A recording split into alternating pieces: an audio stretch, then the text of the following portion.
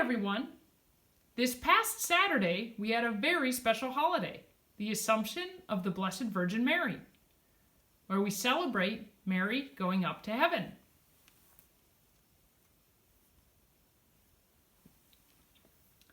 Then this Saturday, we celebrate the Queenship of the Blessed Virgin Mary, where we recognize her being crowned for bringing God's goodness to earth.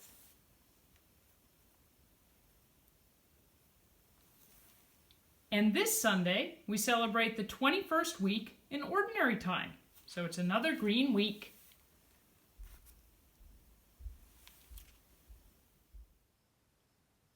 Jesus went into the region of Caesarea Philippi, and he asked his disciples, "Who do people say that the Son of Man is?" They replied, "Some say John the Baptist, others Elijah, still others Jeremiah or one of the prophets." He said to them, "But who do you say that I am?" Simon Peter said in reply, "You are the Christ, the Son of the living God."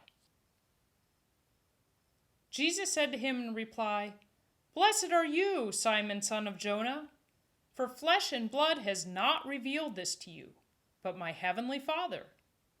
And so I say to you, you are Peter, and upon this rock I will build my church, and the gates of the netherworld shall not prevail against it.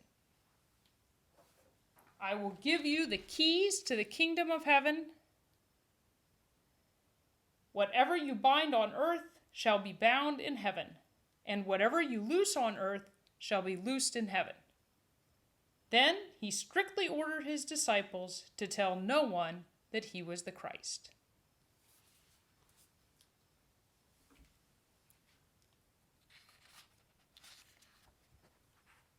In this week's gospel, Jesus asks his disciples who people say he is. They talked about 3 very special prophets who are people who God has asked to be his messengers. The first is John the Baptist, who told people to turn back to God by being baptized. When John baptized Jesus, the Spirit of God descended on Jesus so others could see. The second is Elijah.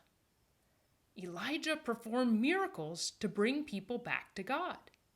He did not die, but went up to heaven in a chariot of fire. And the third was Jeremiah, who was young and didn't know how to speak to people about God. God himself touched his lips and told him he would help him to speak his truths. So, was Jesus one of these people?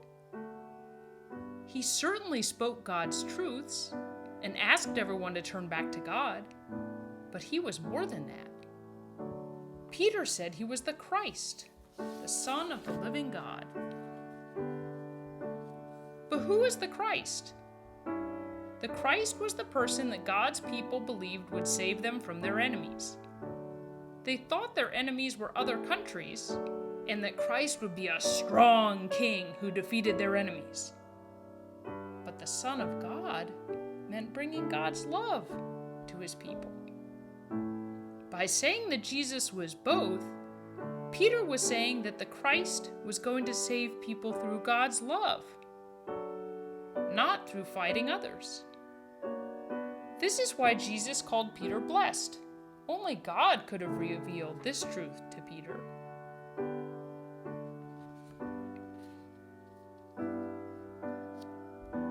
Jesus then told Peter he would be the rock that the church was built on.